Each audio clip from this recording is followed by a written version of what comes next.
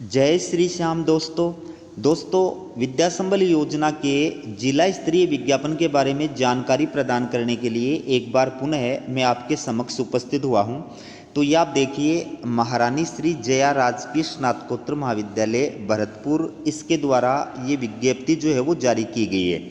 आपको बता दूं कि भरतपुर जिले के अंदर जितने भी महाविद्यालय स्थित हैं उन महाविद्यालयों में विभिन्न विषयों के अंदर शिक्षण कार्य कराने के लिए और विद्या संबल योजना के तहत असिस्टेंट प्रोफेसर गेस्ट फैकल्टी की नियुक्ति करने के लिए इस जिला स्तरीय नोडल महाविद्यालय के द्वारा ये विज्ञापन जो है वो जारी किया गया है। तो सबसे पहले आप ये देखिए कि इस विज्ञापन के तहत आवेदन करने की जो लास्ट डेट बताई गई है वो कितनी है। तो दोस्तों 21 फरवरी 2025 साय 5 बजे तक यहाँ पर आप जो है आवेदन कर सकते हैं। तो दोस्तों विज्ञापन से संबंधित जो निर्देश हैं वो आपको मैं एक साथ बताऊंगा। आप सबसे पहले देखिए कि ये जो जिला स्तरीय नोडल महाविद्यालय है, इस महाविद्यालय के द्वारा कौन कौन से महाविद्यालयों में और किस किस विषय में ये विज्ञापन जो है वो जारी किया गया है। सबसे पहले महाविद्यालय का नाम दिया गया है देवनारायण राजकीय कन्या महाविद्यालय बयाना, और इसके अंदर ये विषय हैं।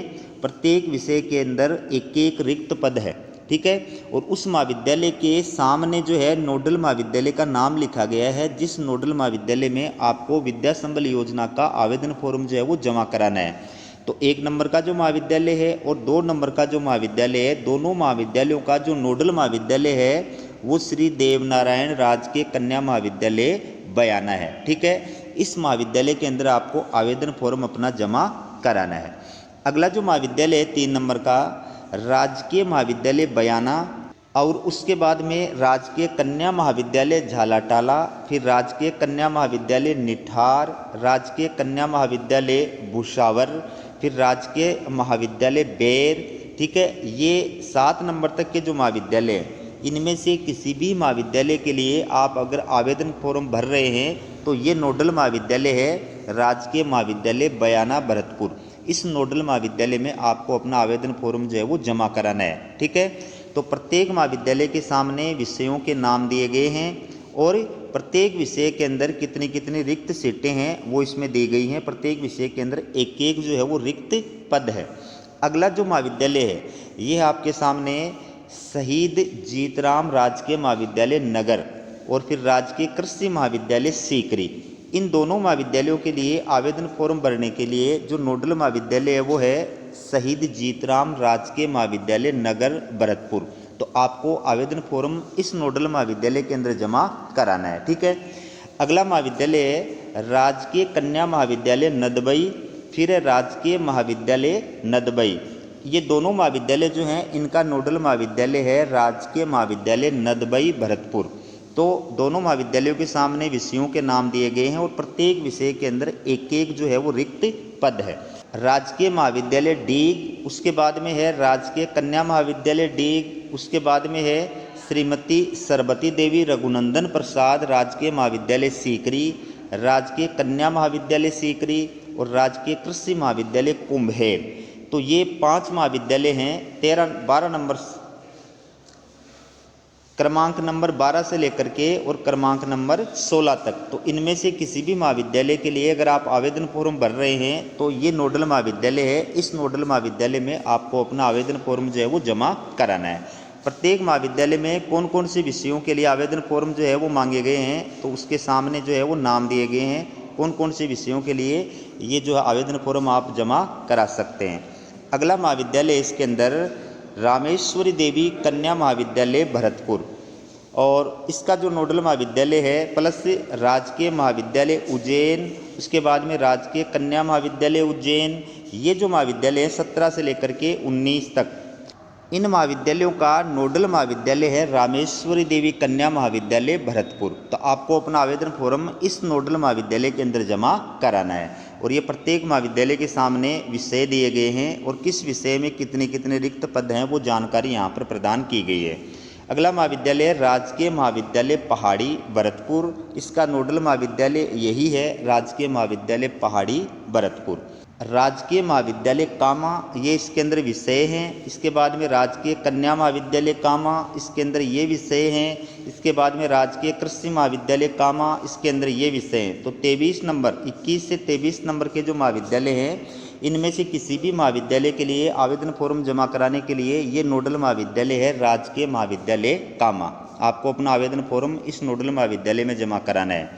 फिर है राजकीय कन्या महाविद्यालय पीपला, राजकीय महाविद्यालय रूपवास, राजकीय कृषि महाविद्यालय भरतपुर और MSJ राजकीय कॉलेज भरतपुर।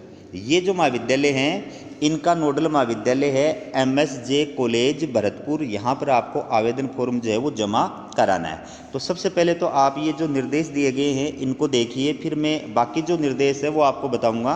पहला, आवेदन पत्र संबंधित नोडल महाविद्यालय में व्यक्तिगत या डाक द्वारा ही स्वीकार्य होंगे तथा डाक द्वारा अंतिम तिथि के बाद प्राप्त आवेदन स्वीकार नहीं किए जाएंगे। यानी आप चाहें तो आवेदन फॉर्म जो है वो व्यक्तिगत रूप से जाकर के भी नोडल महाविद्यालय में जमा करा सकते हैं। आप चाहें तो इसको डाक के माध्यम से, स्पीड पोस्ट या रजिस्टर्ड डाक के माध्यम से भी नोडल महाविद्यालय के अंदर भेज सकते हैं। ठीक है, बाकी लास्ट तारीख के बाद में अगर आप आवेदन फॉर्म भेजेंगे तो वो आपके स्वीकार नहीं किए जाएंगे। इसके बाद में प्रत्येक महाविद्यालय हेतु पृथक आवेदन करें। आवेदन पत्र का प्रारूप आयुक्तालय कॉलेज शिक्षा राजस्थान जयपुर की ये जो ऑफिशियल वेबसाइट है यहाँ से डाउनलोड किया जा सकता है। तो दोस्तों आपको क्या है, प्रत्येक महाविद्यालय के लिए सेपरेट आवेदन करना है, अलग अलग आवेदन करना है। और आवेदन फॉर्म आपको कहाँ से डाउनलोड करना है, ये आयुक्तालय कॉलेज शिक्षा राजस्थान जयपुर की ऑफिशियल वेबसाइट दी गई है। इस ऑफिशियल वेबसाइट पर जाकर के आप आवेदन फॉर्म डाउनलोड कर सकते हैं।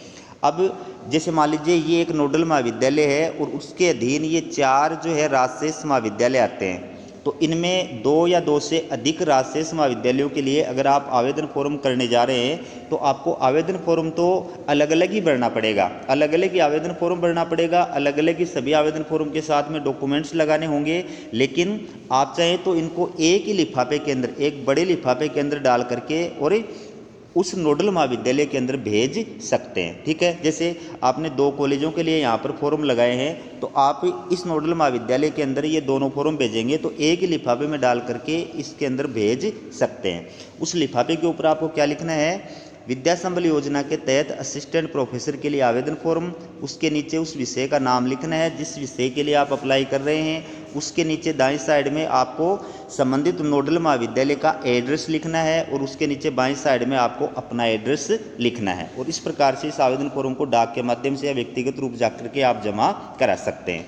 अब बात करें कि आवेदन फॉर्म जो है उसके साथ में आपको क्या क्या डॉक्यूमेंट्स लगाने हैं। तो दोस्तों सबसे पहली बात तो ये है कि आपके जो शैक्षणिक डॉक्यूमेंट हैं वो आपको उसके अंदर लगाने हैं। उस आवेदन फॉर्म के अंदर ही वो डॉक्यूमेंट्स की जो है लिस्ट दी गई है, उसके अकॉर्डिंग आपको सारे डॉक्यूमेंट्स लगाने हैं। उनके साथ साथ उनके प्रमाण पत्र या फिर उनकी डिग्री लगानी है।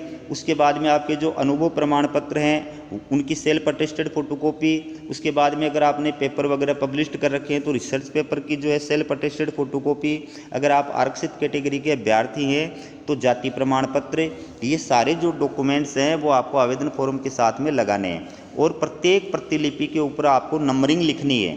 जैसे जितने डॉक्यूमेंट्स लगा रहे हैं उनके ऊपर नंबरिंग करनी है। और फिर आवेदन फॉर्म के ऊपर कोने के अंदर दाईं साइड में ऊपरी ऊपर कोने के ऊपर आपको लिखना है कुल प्रतिलिपि, और उसके ऊपर आपको जितनी संख्या आपने लगाई है प्रतिलिपियों की वो संख्या आपको लिख देनी है। ठीक है, इसके बाद में बात करते हैं कि इसके अंदर आपको जो मानदेय है वो कितना प्रदान किया जाएगा। तो दोस्तों विद्या संबल योजना के तहत आपको जो है 800 रुपये पर कालांश मानदेय प्रदान किया जाता है। एक कालांश के आपको 800 रुपये जो है वो मानदेय प्रदान किया जाता है। और इसमें आपको मानदेय मासिक आधार पर प्रदान नहीं किया जाता है। जैसे ही आपके 50 कालांश पूरे होंगे आपको 40,000 रुपये मानदेय जो है वो प्रदान किया जाएगा। ठीक है, अब बात करें कि इसके अंदर आपको कब तक रखा जाएगा, आपकी सेवाएं कब तक ली जाएंगी।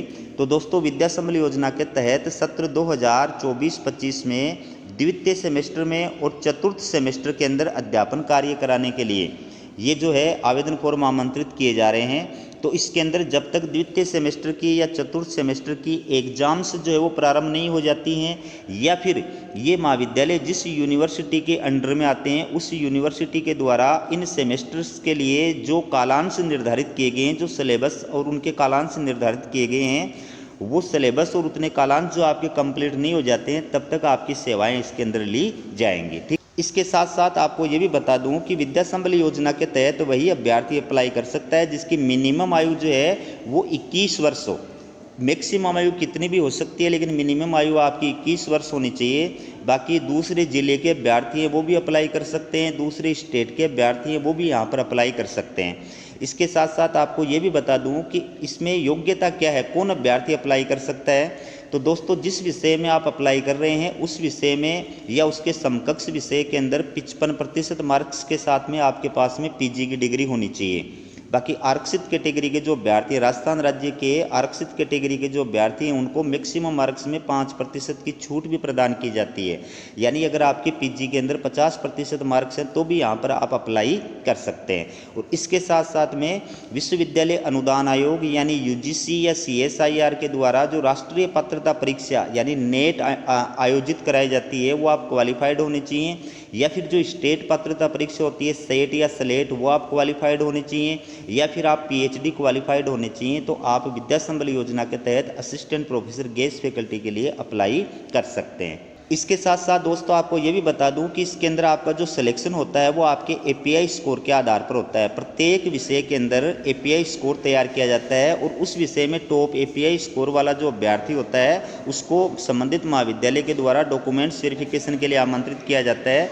आपके डॉक्यूमेंट्स जब वेरिफिकेशन के लिए आपको बुलाया जाएगा उस टाइम पर आपको वो सारे जो डॉक्यूमेंट्स है जो आपने आवेदन फॉर्म के साथ लगाए थे वो सारे ओरिजिनल डॉक्यूमेंट्स लेकर के आपको उपस्थित होना है। और अगर आपके डॉक्यूमेंट्स सही पाए जाएंगे उस स्थिति में आपको ज्वाइनिंग कराई जाएगी, लेकिन ज्वाइनिंग से पहले आपको एक शपथ पत्र भर करके देना होगा और वो शपथ पत्र जो है वो कोर्ट के अंदर तैयार किया जाएगा। ठीक है, तो जहाँ से आपने आवेदन फॉर्म डाउनलोड किया है वहीं पर आप जा करके और शपथ पत्र का प्रारूप जो है वो भी डाउनलोड कर सकते हैं। तो ये थी विद्या संबल गेस्ट फैकल्टी की वैकेंसी से संबंधित अपडेट। इसी प्रकार की अपडेट पाने के लिए चैनल को सब्सक्राइब जरूर कीजिएगा। हमारा वीडियो देखने के लिए आप सभी का बहुत बहुत धन्यवाद।